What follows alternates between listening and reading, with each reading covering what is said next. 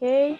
Então, assim, a gente estava falando da questão da suscetibilidade, da imunidade, que uma das medidas de proteção, né, de prevenção, de controle importante vai ser a imunização. Então, quanto mais pessoas eu vou ter imunizada para determinado tipo de doença, menos chances eu vou ter dessa disseminação, né? Por isso, essa corrida aí tão grande para encontrar a vacina para o Covid-19, né? Então, a gente, por exemplo, aqui, ó, estima-se que para interromper a transmissão da difteria na população, se requer de 75% a 85% de população imune. Ó, a nossa taxa de imunização, a nossa meta, né, é trabalhada em cima disso aqui, de 80% a 90%, tá?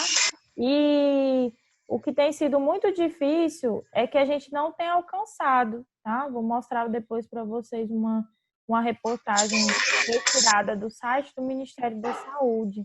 Então, a gente não tem conseguido alcançar a meta de imunização, né? E parte disso por um movimento aí anti-vacina, né? Que tem acontecido nos últimos anos, né? Então, a gente viu esse movimento anti-vacina acontecer com os idosos, depois viu acontecer aí com os adolescentes e tem visto acontecer também agora com as crianças, né?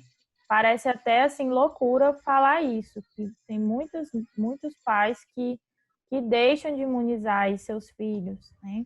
Então, porque não acreditam ou acreditam que a vacina vai trazer algum dano em vez de imunidade, tá? Então, essa informação é de grande valor para os programas de eliminação e erradicação de doenças, como a poliomielite, o sarampo, o tétano, entre outros. A Jardiane me perguntou no primeiro dia de aula, né, sobre os critérios de erradicação, quando a gente falou lá do conceito. Então, os critérios de erradicação são basicamente o quê? Controle, quando a gente consegue controlar a disseminação dessa doença. A maioria das doenças que a gente tem erradicado, o controle veio através da imunização. E o outro fator é o tempo, né? Então, um determinado período de tempo sem contar, sem ter casos, né? Aí a gente vai ter que o sarampo tá no auge agora, né? Desde 2018. Então, o sarampo, a gente em 2016, a Organização Mundial da Saúde concedeu aí esse título, né, de erradicação do sarampo no Brasil. Porém, aí em 2018 a gente começou a ter casos, né? Só que ter casos isolados não significa o retorno da doença, né? Aí vem a parte da vigilância. Se a gente não controla e esses casos aumentam e passa de um surto, aí a gente perde essa questão da erradicação e começa a conviver com esse vírus, com esse micro-organismo novamente, né, circulando, tá? Então, vamos falar um pouquinho sobre isso agora, tá? Então, essa é uma reportagem que eu tirei do site da Unimed Fortaleza, tá? Ela é bem didáticazinha. Pessoal, verificar. Tá. Pensei que vocês estavam falando alguma coisa aqui no chat, tá? Então, assim, movimento anti-vacina. 4 doenças erradicadas que podem retornar ao Brasil. Se vocês digitarem erradicação de doença, quais doenças estão voltando, quais doenças são erradicadas no Brasil, vocês vão encontrar várias manchetes, tá? Vão encontrar no G1, vão encontrar em diversos sites, reportagens falando sobre esse retorno dessas doenças, né? Que já eram ditas como erradicadas, né? E tem essa associação com esse movimento que a gente chama de movimento anti-vacina, né? Que preocupa aí os especialistas de saúde do mundo inteiro, tá? Então, eu trouxe aqui para a gente dar uma olhadinha nessa reportagem. Tá? Então, afinal, o que deu início ao movimento anti-vacina? Tá? Então, um médico britânico, em 98, ele publicou, né, um estudo apontando aí uma possível relação entre a vacina tríplice viral e o desenvolvimento do autismo, tá? E aí, rapidamente, né, quando você tem a publicação de um estudo desse tipo, já surgiu esse alarme, o medo das vacinas, né? Eu tenho ouvido, eu já estava conversando com meu namorado, ele falou assim, não sei não, essas vacinas que estão sendo produzidas muito rápido e será que vai ser seguro, né? Então a gente fica com medo, porque em série aí demora de 5, 8 anos, né? No mínimo 3 anos eles colocam aí para a produção de uma vacina segura, e agora está sendo feito tudo assim de forma mais acelerada, né? Em virtude da urgência, né, que a gente está vivendo. Mas aí, a partir desse estudo começou, né, essas variações, né? E também por causa da questão cultural, né, gente? Então, até hoje, a gente ainda tem várias pessoas que ainda estão lá na revolta da vacina. Não é nem no movimento anti-vacina, é na revolta da vacina, né? E não acreditam, ou acreditam nessa teoria da conspiração, né? Que a vacina, ela, em vez de fazer bem, vai fazer mal. Qual foi o ano depois? Acho que um ano depois, 2004, né? Já tinha 6 anos depois, né, na verdade. Em 2004, aí a revista científica The Lancet, vocês já devem ter ouvido falar dessa revista, é muito importante para a área da saúde, tá? Traz os estudos de alta credibilidade, né? Nível de evidência, e aí eles colocaram, né, que não tinha fundamentos, né? E que não teve nem a autorização do Conselho Médico do Reino Unido para fazer os testes clínicos. Então, e era uma fraude, né? Mas essa publicação veio aí 6 anos depois, né? Que reconheceu a falha de publicar esse estudo sem embasamento. E a partir daí, já desse tempo, já foi disseminado esse medo associado à questão cultural e dando força a esse movimento que a gente chama aí de movimento anti-vacina, né? E a partir desse movimento anti-vacina, a gente está tendo aí reintrodução de doenças, né? Tendo um perigo eminente, tá? Então, doenças que eram ditas como erradicadas, que a gente conseguiu controlar por causa da imunização, a gente está vendo outros casos, né? Os casos voltarem a acontecer, né? Então, aí, um dos casos vai ser o sarampo, né? Sarampo, ela foi considerada erradicada em 2016 pela Organização Mundial da Saúde, né? Então, já tinha um ano, né? Mais de ano que o Brasil não apresentava nenhum caso e tinha uma alta cobertura de imunização. Então, a partir desses 2 critérios, foi dado como erradicada.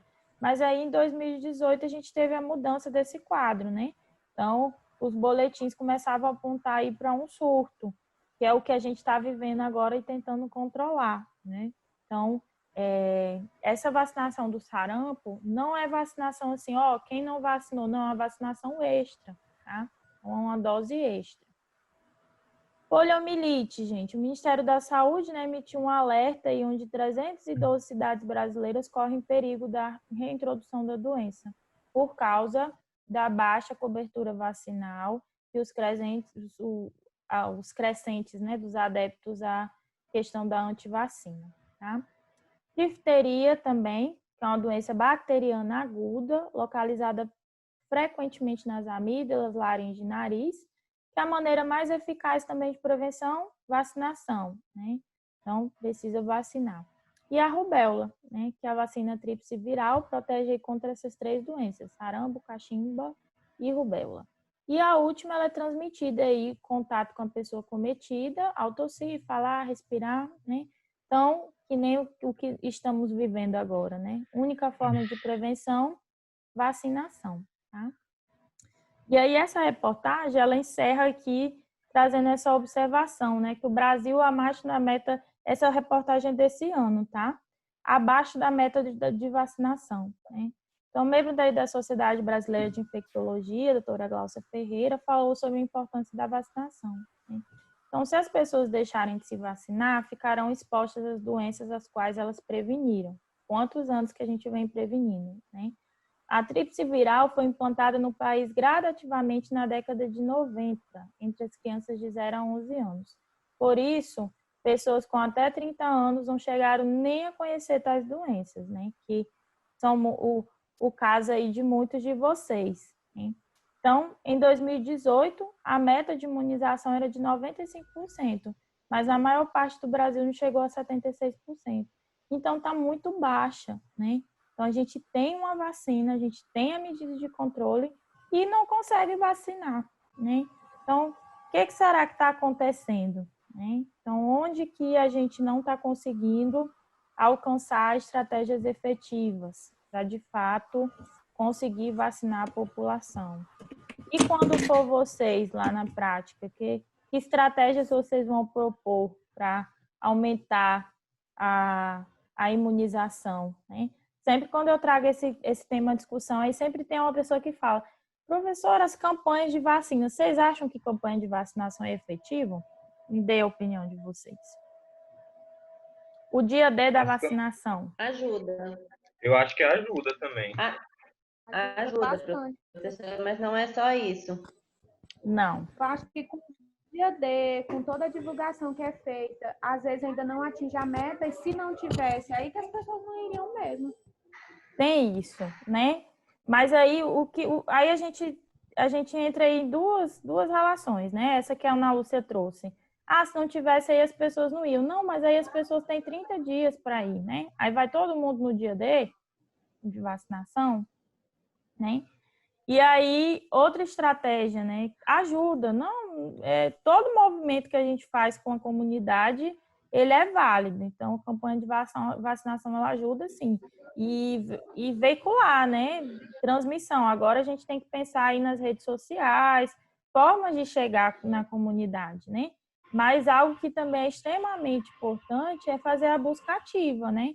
Então, a unidade básica, a equipe de estratégia de saúde da família precisa conhecer a sua comunidade. Então, eu preciso saber quantas crianças eu tenho, tá? Enfermeiro tem que saber esse número de cor na cabeça. Quantas crianças tem para vacinar, tá? Então, quantas crianças tem para vacinar? Qual é a faixa etária, né? O período? Então, são informações importantes. E tem que fazer busca ativa, gente. Aí você fala assim, nossa, Aí, assim, tem que ir na casa da pessoa atrás? Tem que ir atrás da pessoa. Porque senão a gente não alcança.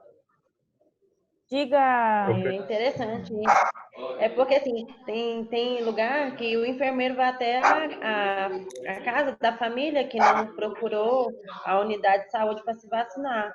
Aí ele também já vai com a vacina, né? Já faz a vacina para a comunidade fique toda imunizada.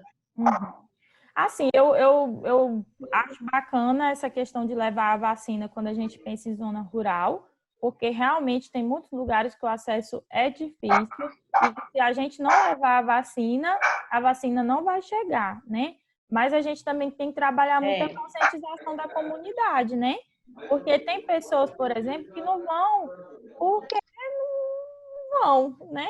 Desatenção. Então, essa pessoa a gente tem que pensar em estratégia de trabalhar mesmo. Eu nem digo mais a palavra conscientização, porque é muito difícil conscientizar uma pessoa. Eu penso na palavra de sensibilização, né? Sensibilizar quanto aos danos, né? Então, assim, todo dia quando a gente assiste o jornal, pra vocês verem o tanto que é difícil. Não, então pede para falar dele. Hoje, todo Fala dia para a mandar por gente mensagem. assiste o jornal e aí vem os dados, né? O boletim epidemiológico do dia. Então, todo dia a gente fica sabendo quantos casos novos da Covid-19 e quantas pessoas morreram, né? Eu nem tenho assistido mais ultimamente, né? A Globo, ela tem feito umas reportagens assim, dando vida às pessoas, né? Que foram a óbito, aí vai, conta a história daquela pessoa que morreu e tal. Eu entendo que são estratégias aí também de sensibilização. E aí você vai andar pela rua, você vê, no final de semana, se você for bem ali na praia, você vê muitas pessoas aglomeradas, né? Isso é porque a praia está fechada, tá? As praias eram para estar fechadas aqui. Então, não só aqui, né? No Fantástico, não sei se vocês assistiram, passou uma reportagem do Tocantins, lá uma praia de Araguanã, que o prefeito, inclusive, faleceu por Covid-19, e uma praia do Peixe, Praia do Peixe, tá? Aí eu falei assim, gente, é muito difícil sensibilizar a população, tá? Então, a gente sabe que cada um tem que fazer a sua parte, mas é complicado, é difícil, né? Então, a gente tem que aí a importância de educação e saúde, se reinventar, né? Essa aqui, gente, é reportagem agora recente, tá? Retirada do site do Ministério da Saúde, que fala aí da vacinação do sarampo, que eu trouxe de propósito, tá? Para divulgar para vocês, tá? Que foi prorrogada até o dia 31 de agosto. Quem entra no grupo de vacinação, adultos de 20 a 49 anos, tá? Então, essa reportagem é do dia 16 de julho. Então, já tem aí 15 dias, né? Mais ou menos, 20 dias.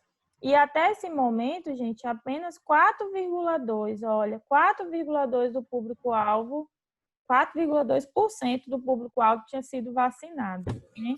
E ela está disponível aí em todo o país, tá? Por que? Professora, Diga. eles estão vacinando todo mundo, mesmo tendo as 2 doses ou não? Estão vacinando, é uma dose extra. Essa. E quem for lá no postinho, vacina, no caso. Vacina. Eles estão fazendo a divulgação. Vou mandar para vocês no grupo do WhatsApp, tá? Acho que eu vi na SEMA, está divulgando, né? Isso, está fazendo a divulgação, tá? Vou chamar as pessoas, né, para vacinar. Esse ano sobrou a vacina da influenza também, eles divulgaram aí para todo mundo, quem quiser, né? Porque vem primeiro para os grupos prioritários e aí depois as que restam pode distribuir aí para a população, né? Então aí, ó, ampliou a vacinação contra o sarampo da população de 20 a 49 anos até o dia 31 de agosto. Aí os dados preliminares, né, que tinha no sistema, até dia 15 de julho, era 3,7 milhões de pessoas vacinadas, né? Aí nessa quarta etapa de mobilização, né, mais de 90 milhões de pessoas estão aí no público-alvo, gente, tá? Então, a principal medida de prevenção do sarampo é a vacinação. Então, para viabilizar aí, foram enviadas 4,3 milhões de doses de vacina, então tem vacina em todos os municípios, tá? E aí o Ministério também tem alertado a população quanto à importância do sarampo, mesmo com a pandemia, tá? Porque, como eu disse, a gente está no meio de uma pandemia, mas a gente também não pode deixar de vigiar outras doenças, né? Que se vir, vão agravar ainda mais o quadro, né? Então, o sarampo é uma doença grave, de alta transmissibilidade, tá? Ó, uma pessoa infectada com sarampo, gente, pode transmitir para até 18 pessoas. Então, a disseminação é muito rápida. Também acontece pela via aérea, né? E aí vocês já estão, a gente já está vivenciando isso, o quanto que é difícil conter, né? Quando a gente pensa nessa transmissão pela via aérea. Então, nesse caso, não é necessário contato direto, né? Porque pode ser disseminada aí pelo ar, tá? Então, a vacinação contra o sarampo é uma estratégia para eliminar a circulação, né, desse vírus, que, como eu disse, em 2018 teve um surto. E aí, as duas primeiras etapas aconteceram em 2019, que foram para as crianças de 6 meses a 5 anos. A segunda etapa em novembro, né, para a população de 20 a 29 anos. E a terceira etapa entre 10 a 13 de março, que foi de 5 a 19 anos, né? Então, diante da atual situação, o Ministério tem desenvolvido ações em conjunto com os estados, com o objetivo de interromper, né, a circulação desse vírus. E aí está em elaboração um plano de ação, tá? E aí o cenário, ó, de acordo com o último boletim epidemiológico, né, que era até 27 de junho, foram confirmados aí 5.642 casos de sarampo registrados, entre eles, ó, Pará, Rio de Janeiro, São Paulo, Paraná e Santa Catarina, né? Pará aqui da gente, foi onde teve mais número de casos, tá? Então, só para a gente ficar alerta, tá? Vamos nos informar também, vou mandar depois a divulgação para vocês, tá? É importante a gente combater aí essas doenças que a gente tem, meios de prevenção. Tá, e agora, para a gente fechar a nossa aula, eu trouxe aqui um exemplo de identificação de cadeia de infecção. Então, a gente falou sobre esses 6 elos, né, da cadeia de infecção. E aí, eu trouxe aqui o ciclo da dengue, né, um ciclo bem simples, para a gente poder identificar esses elos da cadeia epidemiológica dentro de... E aí, na atividade de infectação de vocês, eu deixei lá algumas doenças para vocês já pesquisarem e identificarem aí, né? Qual que é o reservatório, qual que é o hospedeiro, qual que é a porta de saída, porta de entrada, tá? Então, aqui no ciclo da dengue, gente, ao picar uma pessoa infectada, né, o mosquito contrai o vírus e em seu ciclo de vida ele pode contaminar até 300 pessoas, né? Então, após atingir a fase adulta, o mosquito da dengue tem cerca de 45 meses de vida, né? Então, água parada e limpa são ambientes ideais para a fêmea do mosquito da dengue depositar seus ovos. Então, o ciclo de desenvolvimento do vetor, picou uma pessoa contaminada, né? Se torna aí um transmissor, um vetor que transmite a doença, que vai levar aí para outras pessoas, né? Então, lembrando lá da cadeia, os elos que eu preciso identificar, o agente causal, o reservatório, a porta de saída, o modo de transmissão, a porta de entrada e as características do hospedeiro em relação à suscetibilidade, né? Então, em relação à dengue, quem que é o agente causal específico? Qual que causa a dengue? O vírus dengue, tá? Quem que é o reservatório? O ser humano contaminado. Qual que é a porta de saída do agente? A pele, através da picada do mosquito, né? Então, através da lesão. O modo de transmissão do agente por via vetorial. Quem que é o vetor? Mosquito Aedes aegypti. A porta de entrada no novo hospedeiro é a mesma que a porta de saída, é a pele através da picada do mosquito. E a suscetibilidade do hospedeiro, né? A suscetibilidade ao vírus da dengue no indivíduo ela é universal, né? Então, uma vez que haja infecção, a imunidade adquirida ela é permanente para o mesmo sorotipo. Então, atualmente a gente tem identificado 4 sorotipos de dengue, então a pessoa pode pegar a dengue 4 vezes, né? Então, até aí adquirir toda a imunidade, ok? Então, eu trouxe aqui um exemplo dessa identificação do ciclo, e aí a gente tem aí uma atividadezinha de fixação, né, para a gente terminar a nossa aula de hoje. Deixa eu só mostrar aqui para vocês. Ok. Tá? São algumas perguntas simples, aqui objetivas, inclusive assim que as 6 estão repetidas, a Gelca me mostrou aí antes de começar a aula, mas aí eu não consegui corrigir ainda. E aqui nessa 7, vocês vão fazer igual o modelo aí que eu fiz, tá? Vão identificar aí os elementos da cadeia epidemiológica. Qual que é o agente, qual que é o reservatório, porta de saída, modo de transmissão, porta de entrada e a suscetibilidade, tá? Aí eu deixei 3 doenças para vocês darem uma pesquisada: tuberculose, zika e HIV/AIDS, ok? Aí vocês só identificam esses elos aí de acordo com cada patologia. Certo? Dúvidas? Comentários? Contribuições? Estou olhando aqui no chat. Diga. Essa atividade vai até que dia? Vem postar Vou hoje? deixar... Não, eu vou deixar ela igual a de ontem, até o dia 12. Mas o ideal é que vocês façam hoje, amanhã a gente vai corrigir, igual a gente fez hoje, tá? É simples, gente. Rapidinho vocês conseguem terminar. 30 minutinhos no máximo, não sei nem se leva 30 minutos, tá? São poucas questões, tá? Mas eu vou deixar. Todas as atividades dessa semana vão ficar abertas até segunda-feira, porque a gente ainda está nesse período aí de organização, ok? Tá? Aí eu também estou aguardando para poder dar as orientações do seminário depois